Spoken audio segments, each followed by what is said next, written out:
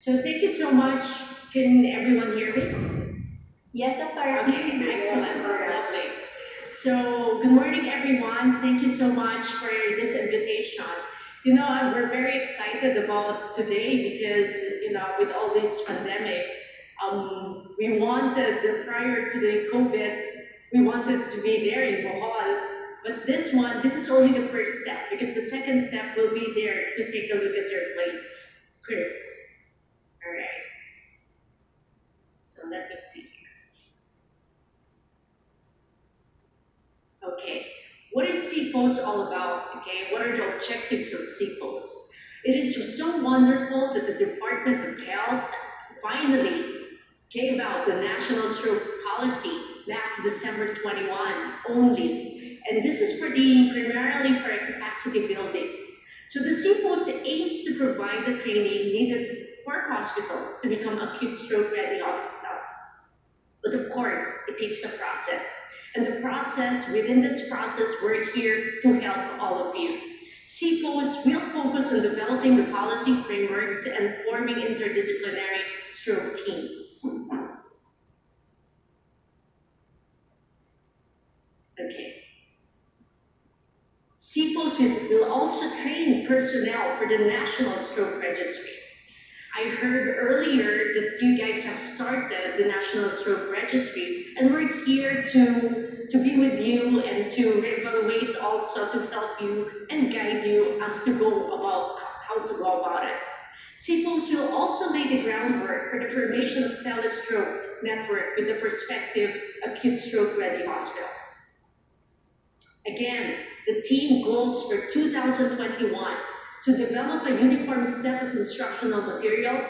We're here to help you and provide you, and if you want to customize your own, to provide practical stroke care algorithm samples, which local hospitals can adopt, or even better, or adapt, to record lectures which can be reviewed by participants, to develop plans to set up referral systems and stroke teleconsultation for hospitals without neurologists, to train personnel to file out the stroke registries. Now, whether this is from DOH registry or rescue, we will guide you. In long term, ideally to set up a web portal within the SSP website where CPOST materials and guides are constantly updated will be used. So from pre-hospital to in-hospital to post-hospital care, this is the spectrum how we can actually help you. So when you look at this, and when I heard the beautiful profile of Bohol, the EMS, the Tertiary 1117 is so beautiful. This is a perfect way of starting it because recognition is there. So we need to make sure all of them are knowledgeable in terms of picking out which are stroke patients. So from stroke pre-notification, EMS triage transport, air medical transport, inter-facility transfer. And from in-hospital, you have the telestroke, state level, national, certified, and state standards, and so on. Some other evidence level in the pre-hospital state, you do have some screening tool use. We can guide you with that. And then of course, the national certified, state standard, national certification as well. In terms of certification, later on we will expound on this. And then for the evidence level, the emerging, of course, continuous education. Even though you guys will sit in today for one day of all about stroke, stroke is evolution. So you need to update yourself, okay, practically every year when you look at it, because it's too fast. So here, again, you have a national recognition for stroke rehab. Up to the rehab facility, we need to guide you as to how to go about it. So we have a rehab section in the CPOST program. Okay, who are the members of the stroke team? So when you look at this, the core members will be the red ones, from the neurologist, radiologist, EMS, nurse, stroke nurse. Who are the supportive members are the blue ones, okay?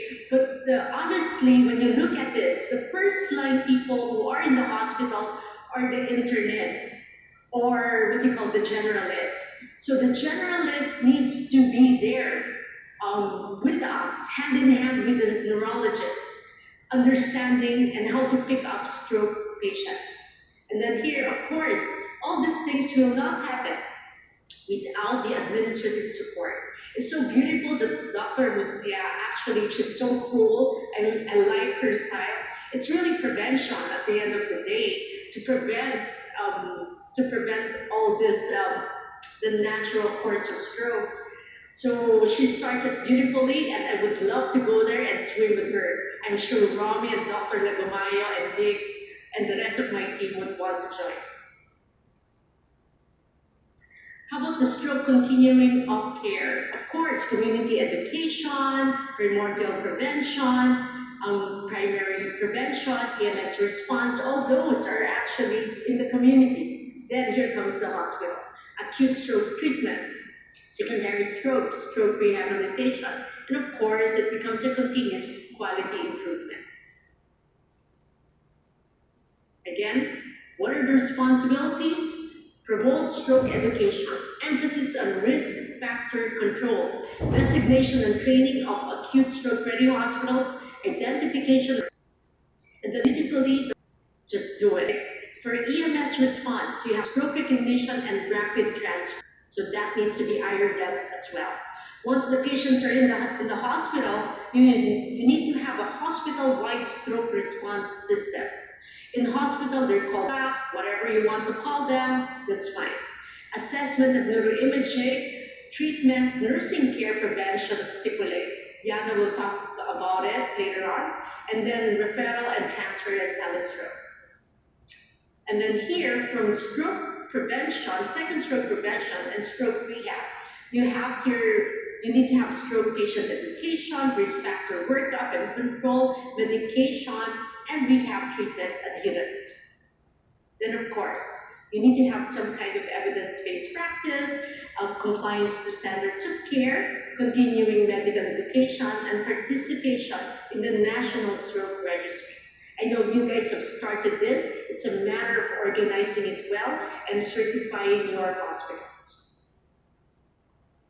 So from community to primordial prevention and primary prevention. And who is actually who is responsible for this particular section? It's actually the local chapter of the SSP, local physicians, and so on. I will proceed. From the EMS response to acute stroke treatment. Okay, what are the objectives? From recognition to hospital-wide stroke systems, who are actually responsible? Okay, basically, who are responsible?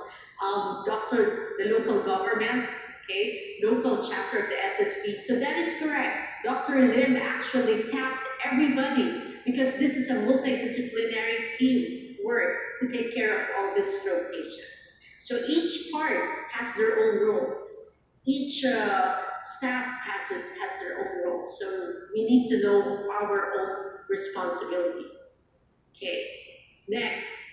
Again, as we continue, who's accountable for the stroke patient education, risk factors, the development of rehab protocols, medication and rehab treatment adherence, and then of course we need the rehab people as well.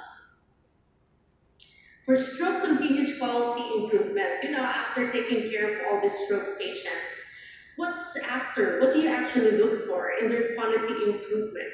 The use of evidence-based practice, the compliance to standards of care, the continuing medical education, and the participation in the National Stroke Registry. We need to emphasize this National Stroke Registry because the reasoning for that is that if you don't monitor them, how do you know if we're doing it well? The only way to know is that are the patients' morbidity and mortality in the Philippines really are going down? So we need numbers.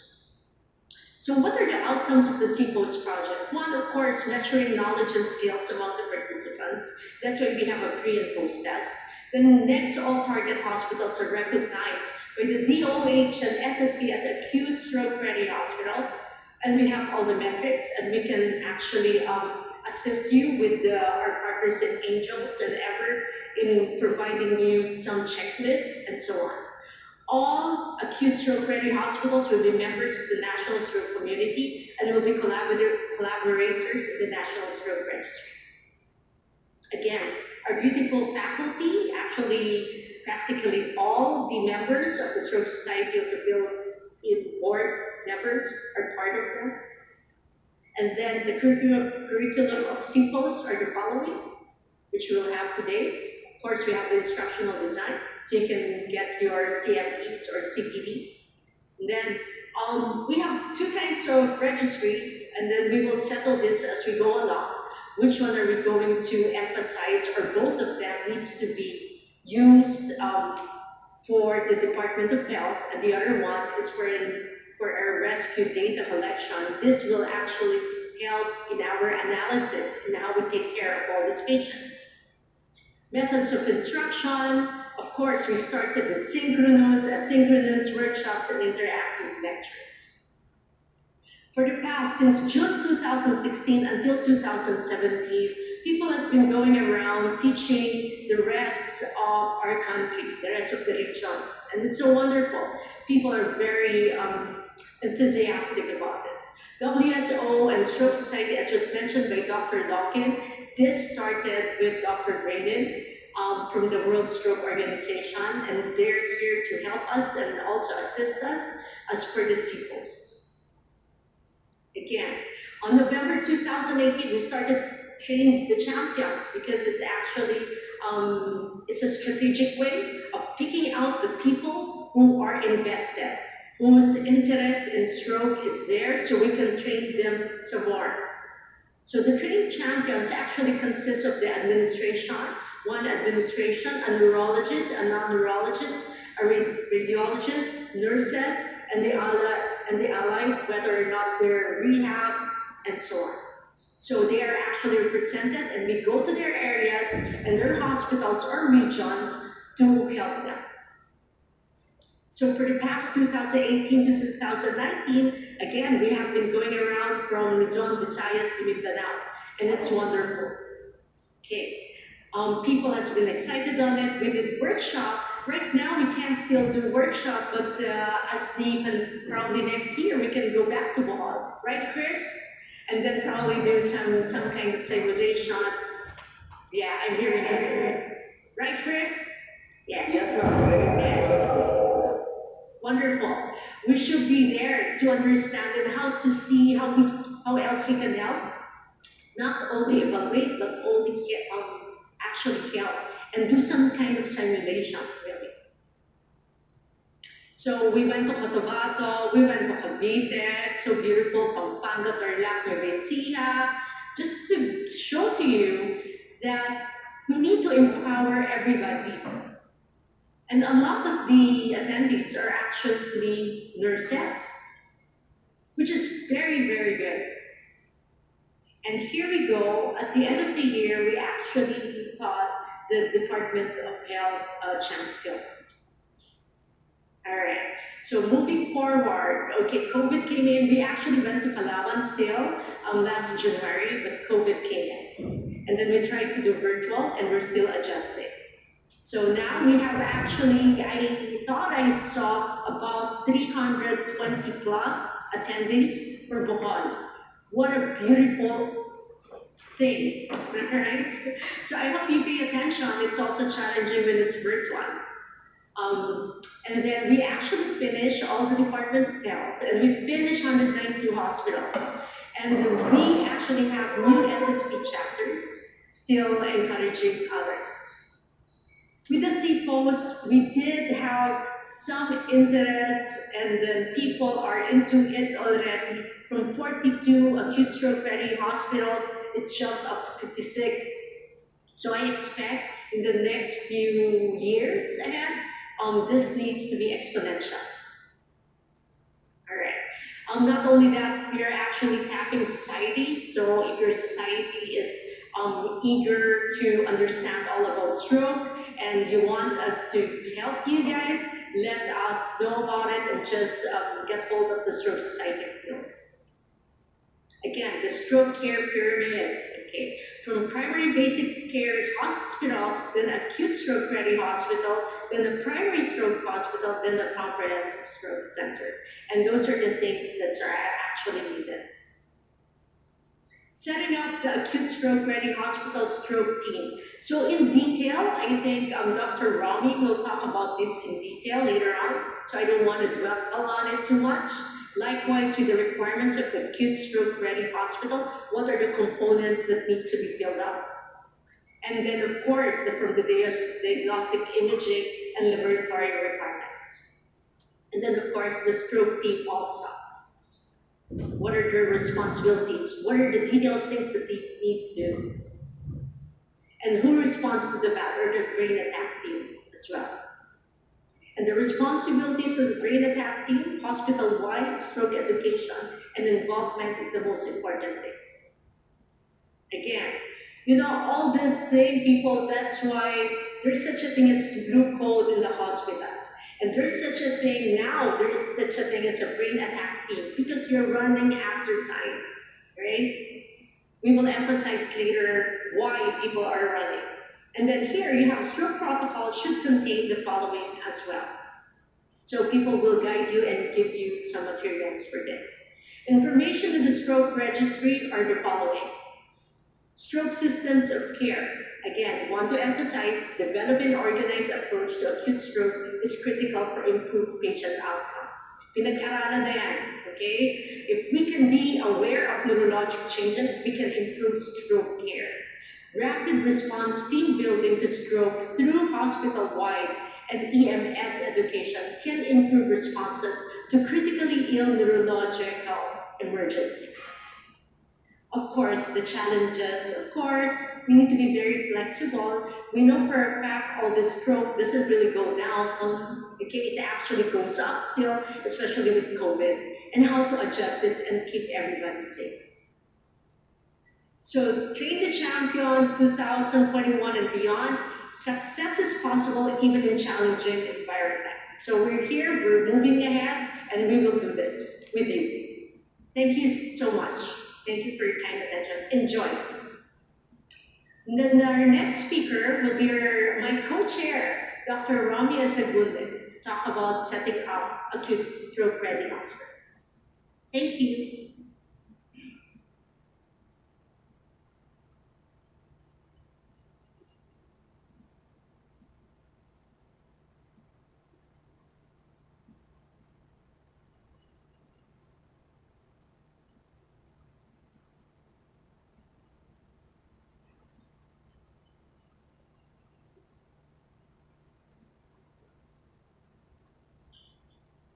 Okay, can you hear me? Yes, Okay, thank you very much, Jerry, for a very good introduction or orientation on what CPOST is and what we've been trying to do for the past, I think, 2 to 3 years na tayo naggaganito. So, good morning, Bohol. I hope you can hear us very well. The internet, sana hindi bagyo dyan. I think may bagyo somewhere down the south, pero dito sa Manila, we're quite okay. And we're virtually excited to be with you. Sayang nga pag nakakita namin yung pictures from Bohol. Ang pumunta sa isip ko when the last time I was in Bohol, matagal na rin. And it's being tagged as one of the top 5 tourist destination in the country before the pandemic. So we're here this is the first lecture, and it's entitled How to Be an Acute Stroke Ready Hospital. And these are the outline of this particular talk. And just to give you an impact of the stroke worldwide, 10 years ago, this was almost in 2012, the World Stroke Organization devised or came up with this tagline for the World Stroke Day campaign, that is 1 in 6. 1 in 6 people worldwide will have a stroke in their lifetime, and someone on the planet has a stroke every 2 seconds. So, kadami yung may stroke worldwide. And 10 years after, this was launched in 2019, again in the celebration of the World Stroke day, and still, tumaas pa. It's 1 in 4 of us will have a stroke. So don't be the one. So ganun ka tindi yung impact ng stroke. It's increasing. Before it's 1 in 6, now it's 1 in 4. Now, in line with that, how do we set up an acute stroke ready hospital? So hindi lahat ng hospital will be acute stroke ready. And ang plan na yun with the National Stroke Policy is to pick up o damihan yung mga acute stroke ready hospital.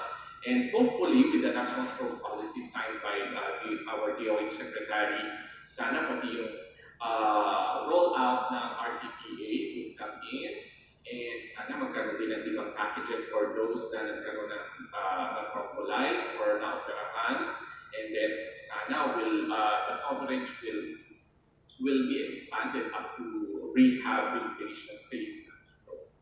Now, Jeffrey mentioned this is the stroke care pyramid. So these are the classifications of hospitals based on fitness to handle acute stroke patients. So this is by the Joint Commission Certification Disease-Specific Care. So down to the base of the pyramid, we have the basic care hospitals. I think we all need that. Most of the centers, our barangays, and our CPO will have sana their basic care hospital wherein patients, stroke patients can be assessed, can be recognized, can be stabilized, and prepared for transfer. Kasi they can just stabilize the patient and transfer it to the next step in the pyramid, or the next level is the acute stroke ready hospital, kung saan yun yung goal natin for this particular session. Now, what are in an overview? What are the basics for the acute stroke ready hospital? First, kailangan may CT scan, distinguish which type of stroke, and then may IV, PPA. This is the recombinant tissue plasminogen activator, which is the only drug approved for ischemic stroke worldwide. And of course, pag meron kayong acute stroke expertise, this is not necessarily handled by a neurologist, pwede may internist sa inyo, or family medicine or geriatric medicine specialist that specializes or with special interest in stroke. Or otherwise, you can do telestroke if needed. Then, kung meron sa inyo may primary stroke center, this center has a stroke unit, has a stroke coordinator, full stroke service, and continuum of inpatient care including rehab. Then, after TPA, you can transfer that to primary stroke center or a comprehensive stroke center, just like the tertiary hospitals here in Manila, wherein may neurosurgeon, they can do thrombectomy or endovascular treatment, and full spectrum also for stroke care, especially for hemorrhagic stroke. Now, how to be an acute stroke ready hospital? So these are the major components. You should have laboratory facility that is able to perform tests, and the results should be given as soon as possible. The lab should be 24 hours open. And next is your imaging, CT and MRI. CT will do, pero mas maganda siyempre kung may MRI din kayo. And then stroke expertise, they should be accessible 24 hours, either face-to-face or telestroke. And kung makakakuha kayo, I think your center, one of your center, Galianes Medical Center has access to thrombolysis. And if you want to be an acute stroke ready hospital, it's essential ito. And of course, pag meron na kayo nito, you should arrange or organize for acute stroke team. So may stroke protocols and pathways we will discuss in a few minutes. And of course, kasama rin dito yung first or second step na kailangan yung maghahatid ng ambulance. Yung ambulance or EMS knows where to send the patient. Kung merong acute stroke ready hospital, dapat diretso na doon.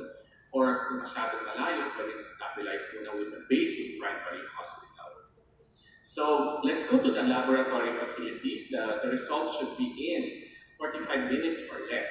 Very important yung sugar. I think kahit sino nakakagawa nito, yung CBG, when an acute stroke patient comes in, check nyo kagad yung CPG because a lot of our patients maka-hypoglycemia, hyperglycemia or nag-DKA or hyper-smaller non-ketotic coma. So ECG then is essential to determine whether you have cardiac arrhythmia, CBC with platelet, PTPTT, blood chemistry, and troponin because nagkakaroon ng tinatawag sometimes ng cardiocerebral infarction. So sabay, kung nag-MI at the same time, then stroke din. And of course, yung chest x-ray. I think lahat ng na-admit na patients ngayon yung chest x-ray for screening for COVID.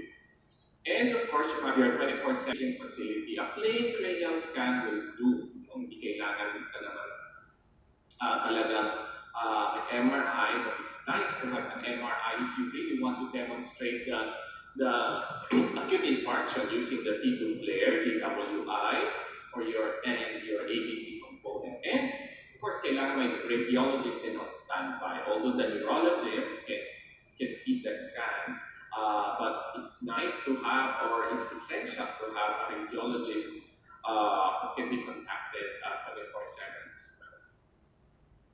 Now, this is RTPA, the recombinant tissue plasminogen activator. It's the only drug approved worldwide for acute ischemic stroke.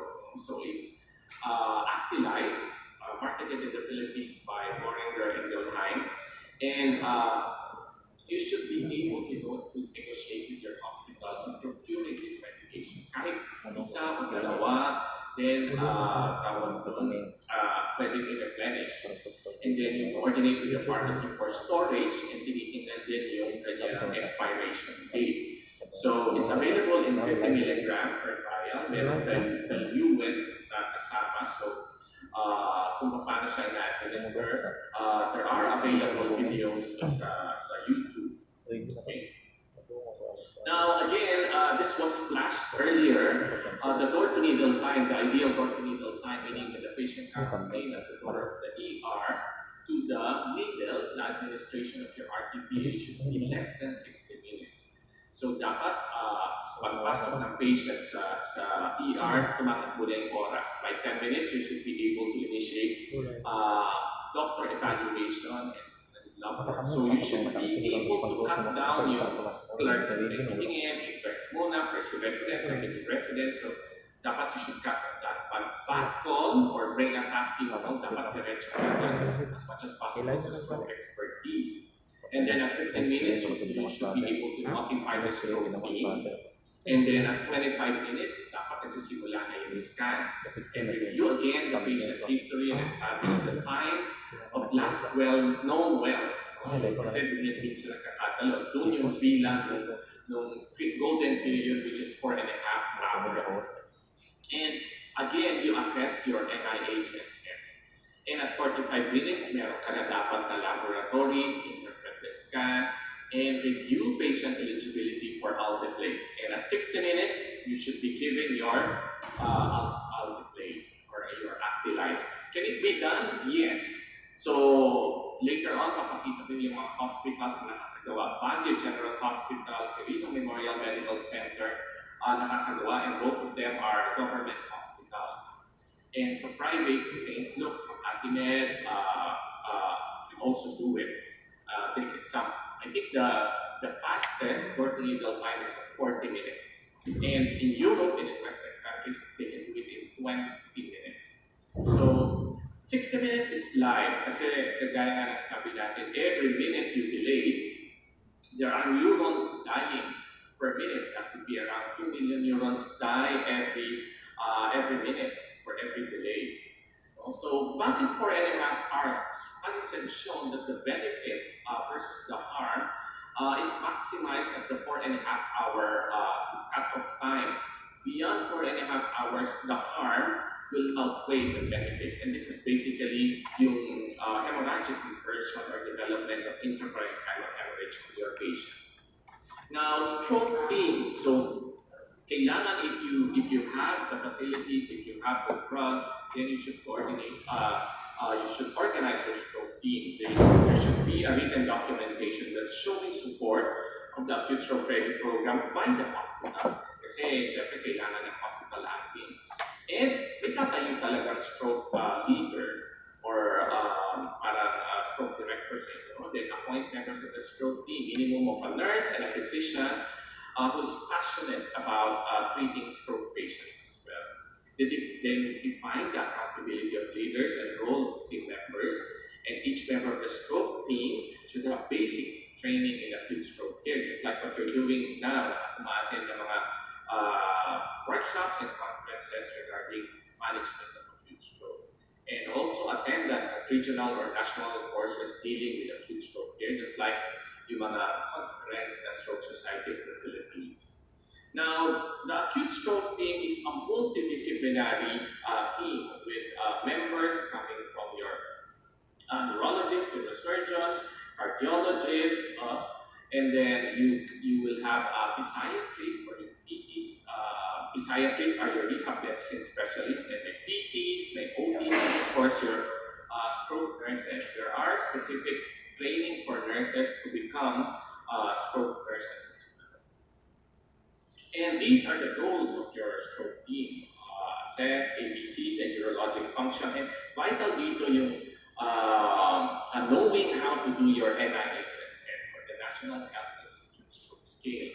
Then, kasama rin dito yung education and support, organized information, communicated to patients, physician, acute stroke research studies, and I think dito papasok yung care for the family, for the caregiver, as well as the stroke patient, usually done by our nurses.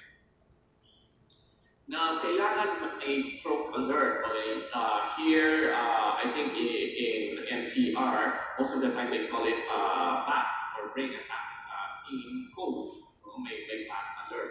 So you should be able to put up a structure for that. And of course, ang unang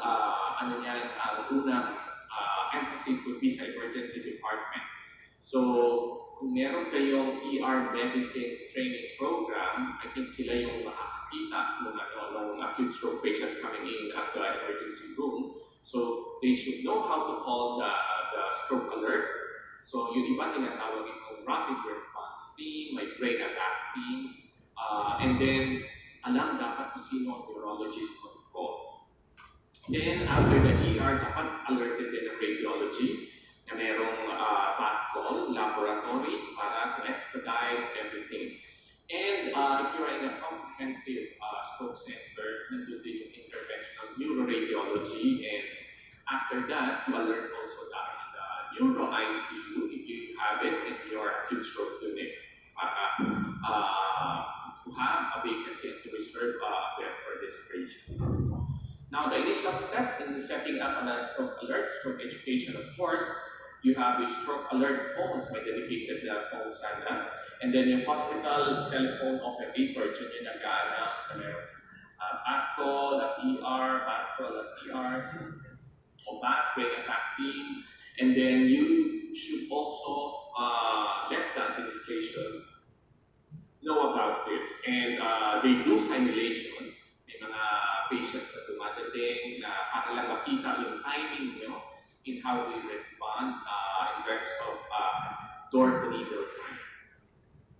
Now, stroke education, very important. So, get the word out initially and continuously. So, medyo iyabang nyo ng konti within the hospital na meron na kayong brain attack team or stroke team, and you are capable of handling acute stroke patients, just like special centers in Manila. Then, matutuwa yung mga medical directors, especially si Dr. Aputia, matutuwa siya na your hospital is capable of handling acute stroke patients. And later on, kahit sa ibang hospital, malalaman to, or kahit sa mga patients na, pag stroke, dito dapat dinadala because this particular hospital has a stroke team and they are an acute stroke ready hospital. So it can be published also sa hospital publications, letters, and masyadong mainit na dulo minsan sometimes that can call us Bell's palsy or yung hypoglycemia. Okay lang, kasama yun ang importante na-activate yung brain attack team at natututo kayo to polish the system over time. Hindi yan overnight biglang maganda na. Every stroke team undergoes a lot of revision and refinement in their system. Now, stroke education, in addition, you should receive stroke education. Of course, hands lahat, even pharmacies, kailangan turuan on how to score and saan kiniklaim yung RTP. We have had cases before na nag-back call and then nakatago pala yung RTPA somewhere. No? Hindi mabuksan, wala yung pharmacist gabi na. So, may mga ganong pagkakataon. So, even the hospital operators dapat alam nila on how to do it. Okay. So, stroke education should be hospital-wide. Education on the criteria for calling stroke. They should undergo general hospital orientation, ACL, parang ACLS and CPR education, parang din. And physicians should undergo several CME seminars or workshops on stroke. And of course, you should emphasize and re-emphasize this on every meetings, nurses meetings, sa department meetings.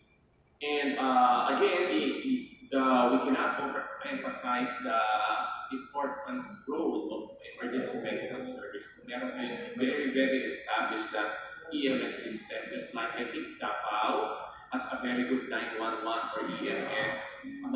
Marikina also has a good 911. And maganda rin mag-conduct ng seminar on the paramedics and those who attend to 911.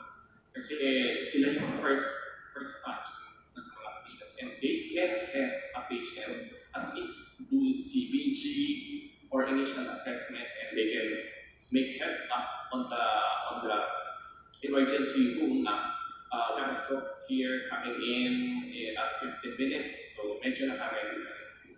And of course, yung neuro ICU and acute stroke unit training as well. Now, physician and nursing training, multiple CME, CR training, ASP and ICU training, and very important is the NIH-SS training. So, medyo hindi sapat yung GCS lang. So, ang language talaga for stroke worldwide is the NIH-SS scale or the National Institute of Health scale. Again, get in touch with our paramedic if you have a good paramedics and seminars nila and also provide them, let them provide for feedbacks. Dito sa Manila, medyo ang hirap because of traffic. But sa inyo, mas magandang i-organize yung EMS system. Or baka you have a good EMS system in Bohol. Now, for protocols, we usually meron tinatawag na acute stroke code box for acute stroke protocols. Ito na lahat. The protocols include the stroke response flow chart, the alert orders, the admission orders, the NIH-SS assessment form, the inclusion and exclusion criteria for thrombolytic or fibrinolytic therapy, and the stroke log manual. So, meron ding protocol sana for transfer if you are an acute stroke ready hospital and you want to transfer to a comprehensive stroke center, meron ding protocol for that. Okay. Now, this is an example of a flow chart or an algorithm for the management of an acute stroke patient.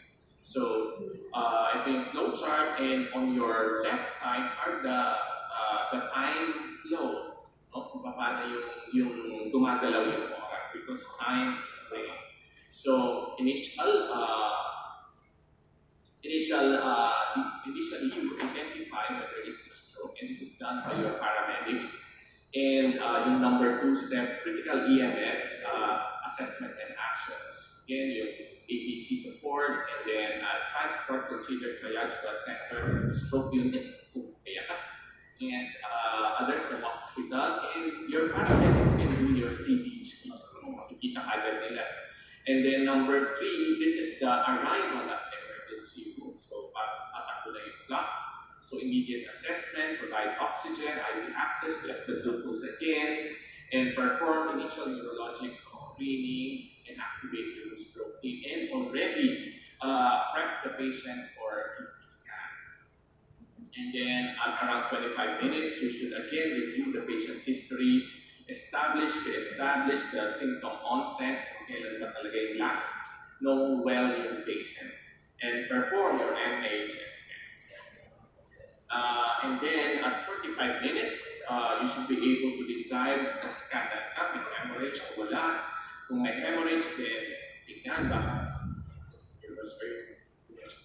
okay. Now, kung walang hemorrhage, then go back to your exclusion and exclusion criteria for thrombolytic therapy. Repeat your neurologic exam kung yung deficits nandun pa. At rapidly evolving yung deficits pa TIA ito, especially if it's under an hour. Usually TIAs will be around 30 to 40 minutes. And then, before 60 minutes, dapat ma-assess na kung candidate siya for TPA and nakakuha ka na rin ng consent for TPA. Now, do we really need consent for TPA? Abroad, hindi na kasi it's a standard care for patients. But for us, tayo basically because of the price, the cost is 70,000, but I think pinabak na rin because of maximum retail price na I think 27 to 30,000 depending on the hospital. But some hospitals can have it for free, especially for government hospitals. Okay, so checklist, protocols, outcome measures. So with this, papasok yung tinatawag na ANGELS initiative. Ano yung ANGELS? Acute Networks Striving for Excellence. So yung ANGELS, ang tawag dito sa title daw sa ano yan acronym. So the ANGELS initiative is a project sponsored by Behringer and Giltheim aimed at optimizing and setting up huge networks, initially in low and middle income countries in Europe with the support of local and international stroke societies. But later on, nag-venture na rin sila outside Europe, nasa Asia na rin. Now, maganda dito sa ANGELS, they have this website,